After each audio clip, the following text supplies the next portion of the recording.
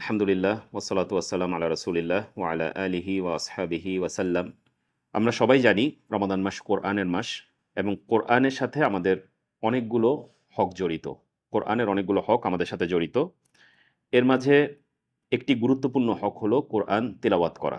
এই বিষয়ে রাসূলুল্লাহ সাল্লাল্লাহু আলাইহি ওয়াসাল্লামের সুন্নাহর মাঝে আমরা দেখতে পাই, যখন রমাদান মাস আসতো তখন রাসূলুল্লাহ সাল্লাল্লাহু আলাইহি ওয়াসাল্লামের কাছে প্রতি রাতে জিবরিল আলাইহিস সালাম আসতেন এবং তিনি প্রতি রাতে কোরআন মুদারাসা করতেন, একে অপরকে শোনাতেন। ফলে আমরা বুঝতে পারি রমাদান মাসের সাথে কোরআনের একটি গভীর সম্পর্ক আছে, বিশেষ করে তিলাওয়াতের সাথে একটি গভীর সম্পর্ক আছে। আর এছাড়া আমরা জানি যে রমাদান মাস কোরআন নাজিলের মাস। তো আমরা এখানে দেখতে পাচ্ছি যে শেখ মুহাম্মদ বিন সালেহ আল উসাইমিন তিনি এখানে আমাদেরকে বেশি বেশি তিলাওয়াত করার দিকে উদ্বুদ্ধ করেছেন। তিনি প্রথমত আমাদেরকে উদ্বুদ্ধ করেছেন যারা আমরা কোরআন তিলাওয়াত করতে জানি না তারা যেন কোরআন তিলাওয়াত করা শিখে নেই। কারণ রাসূলুল্লাহ সাল্লাল্লাহু আলাইহি ওয়াসাল্লাম বলেছেন, খায়রুকুম মান তাআল্লামাল কুরআনা ওয়া আল্লামাহ। তোমাদের মাঝে সর্বোত্তম ওই ব্যক্তি যিনি কোরআন মাজিদ নিজে শিক্ষা করেন এবং অন্যকে শিক্ষা দেন। এই শিখার চেষ্টার মাঝে যদি আমরা থাকি, এরপরেও যদি আমরা খুব ভালোভাবে শিখতে না পারি, তাহলেও আমাদের জন্য সুসংবাদ রয়েছে। রাসূলুল্লাহ সাল্লাল্লাহু আলাইহি ওয়াসাল্লাম বলেছেন, আল মাহিরু বিল কোরআন মা'আস সাফারাতিল কিরামিল বারারা। যারা কোরআনের ব্যাপারে মাহের, দক্ষ, খুব সুন্দরভাবে তেলাওয়াত করতে পারেন, তাজবিদ সহকারে তেলাওয়াত করতে পারেন, তারা থাকবেন সম্মানিত পুণ্যবান ফেরেশতাদের সাথে, তাদের মর্যাদায় থাকবেন, সবচেয়ে উঁচু মর্যাদা। ওয়াল্লাযী ইয়াকরাউল কোরআন, আর যে ব্যক্তি কোরআন তেলাওয়াত করে, ওয়া ইয়াতা'তা, এবং সে এখানে আটকিয়ে যায়, তেলাওয়াত করতে গিয়ে আটকিয়ে যায়, ইয়াতা'তাউ ফিহি ওয়া হুয়া আলাইহি শাক, এবং এটি তার জন্য খুব কঠিন হয়ে যায় কোরআন তেলাওয়াত করা, লাহু আজরান, তার জন্য দুটি পুরস্কারের কথা রাসূলুল্লাহ সাল্লাল্লাহু আলাইহি ওয়াসাল্লাম বলেছেন। শেখ এখানে ব্যাখ্যা করছেন, দুটি প্রতিদানের প্রথমটি হলো তিলাওয়াতের এবং দ্বিতীয়টি হলো পাঠকারী যে কষ্ট করে তেলাওয়াত করছেন সেটির পুরস্কার। ফলে আমরা কোরআন তেলাওয়াত করার শিক্ষার চেষ্টা করব, যতটুকু আমরা শিখতে পারি ততটুকু দিয়ে আমরা কোরআন তেলাওয়াত করতে থাকবো। কারণ আমি কষ্ট করেও যদি কোরআন তেলাওয়াত করি, এখানেও আমি ডাবল সওয়াব পাবো। এবং যদি আমি খুব ভালো তেলাওয়াত করি, তাহলে তো আমি সম্মানিত ফেরেশতাদের মানে মর্যাদায় অধিষ্ঠিত হব। এরপর আমরা দেখতে পাচ্ছি যে আমরা কেন কোরআন তেলাওয়াত করব। আসলে কোরআন তেলাওয়াত করা কি গুরুত্বপূর্ণ? আমি যদি কোরআন তেলাওয়াত না করি তাহলে আমার উদাহরণটা কেমন? রাসূলুল্লাহ সাল্লাল্লাহু আলাইহি ওয়াসাল্লাম একটা হাদিসের মধ্যে উল্লেখ করেছেন, মাসালুল মুমিনিল্লাযী ইয়াকরাউল কোরআন। সেই মুমিনের উদাহরণ যে কোরআন তেলাওয়াত করে, কামাসালিল উতরুজ্জাহ, তার উদাহরণ একটি কমলার মতো, রিহুহা তাইয়্যিব, তার ঘ্রাণ খুবই সুমিষ্ট, ওয়া তা'মুহা তাইয়্যিব, এবং তার স্বাদও খুব ভালো, তার ঘ্রাণও ভালো, স্বাদও ভালো। ওয়া মাসালুল মুমিনিল্লাযী লা ইয়াকরাউল কোরআন, এবং সেই মুমিনের উদাহরণ যে কোরআন তেলাওয়াত করে না, কামাসালিল তামরাহ, একটা খেজুরের মতো, রিহ লা রিহা লাহা, তার কোনো ঘ্রাণ নেই, খেজুরের আমরা জানি আলাদা কোনো ঘ্রাণ নেই, ওয়া তা'মুহা হুলউন, কিন্তু তার স্বাদটা মিষ্ট। ফলে সে ভালো মানুষ, কিন্তু তার ঘ্রাণটা পাওয়া যায় না বাহিরে থেকে। কিন্তু যে ব্যক্তি কোরআন তেলাওয়াত করে সে নিজেও ভালো এবং তার দ্বারা অন্যরাও উপকৃত হতে পারে। ফলে আমরা বেশি বেশি কোরআন তেলাওয়াত করব, যেন আমাদের ভালো হওয়ার পাশাপাশি আমাদের একটা ঘ্রাণও চলে আসে। আমরা কোরআন তেলাওয়াত করলে আমরা কি পাবো? রাসূলুল্লাহ সাল্লাল্লাহু আলাইহি সাল্লামের পক্ষ থেকে আমরা এখান থেকে অনেকগুলো হাদিস তিনি উল্লেখ করেছেন, আমরা দুটি হাদিস উল্লেখ করছি। একটি হাদিসে রাসূলুল্লাহ সাল্লাল্লাহু আলাইহি ওয়াসাল্লাম বলছেন, ইকরাউল কোরআন, তোমরা কোরআন তেলাওয়াত করো, ফা ইন্নাহু ইয়াতি ইয়াউমাল কিয়ামাতি শাফিআন লি আসহাবিহি, কারণ কোরআন কিয়ামতের দিন তার আসহাব যারা আছে, যারা কোরআন তেলাওয়াত করত, তাদের জন্য কোরআন সুপারিশ করবে। সুবহানাল্লাহ। এর পাশাপাশি আমরা দেখতে পাচ্ছি রাসূলুল্লাহ সাল্লাল্লাহু আলাইহি সাল্লাম বলেছেন, মান ক্বারা হারফাম মিন কিতাবিল্লাহ, যে ব্যক্তি আল্লাহর কিতাব থেকে একটি হারফ তেলাওয়াত করবে, ফালাহু বিহি হাসানা, এটার জন্য সে পুরস্কার পাবে। ওয়াল হাসানাতু বিআশরি আমসালিহা, এবং প্রত্যেক হাসানা 10 গুণ করে বৃদ্ধি করে দেয়া হয়।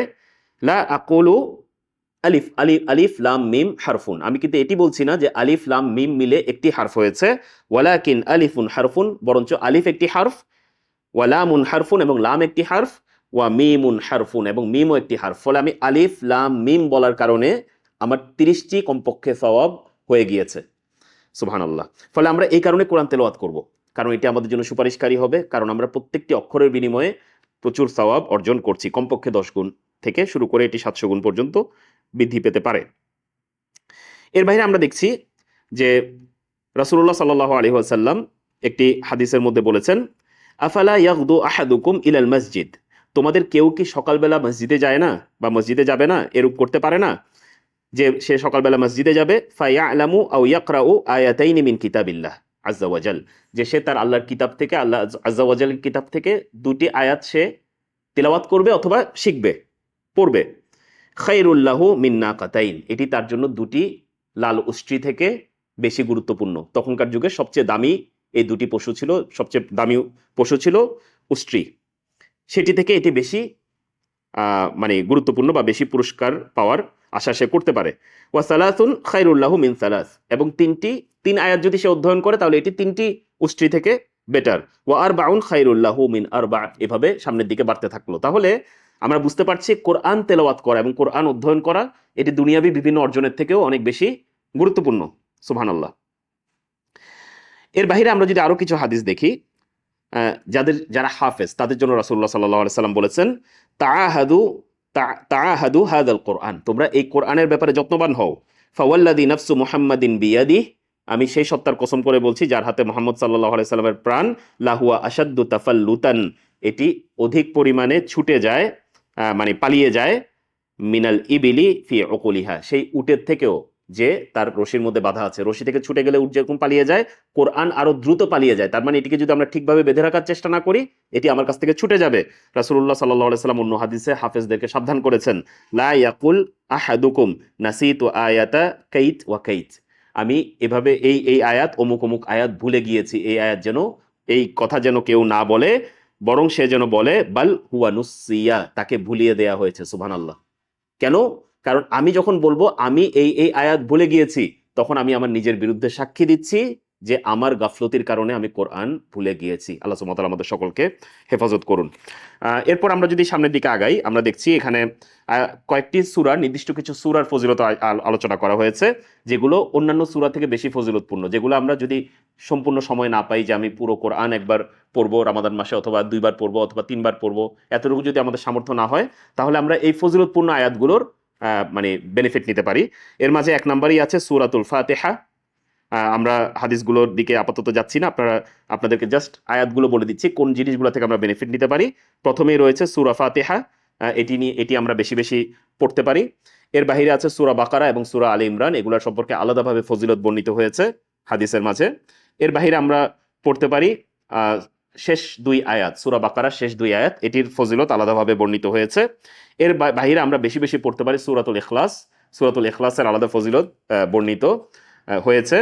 এবং শেষ পর্যন্ত এখানে শেখ মোহাম্মদ বিন সালেহ আল উসাইমিন মানে উল্লেখ করেছেন মুআউযিযাতাইন, বা যেটিকে আমরা সূরাতুল ফালাক এবং সূরাতুন নাস নামে চিনি, এই 2টা সূরাও তিনি এখানে আলোচনা করেছেন। এই সূরাগুলো যারা আমরা পুরো কোরআন পড়তে পারি না, তারা এই সূরাগুলো অ্যাটলিস্ট পড়ার চেষ্টা করলে আমরা কিছুটা বেনিফিটেড ইনশাল্লাহ হব।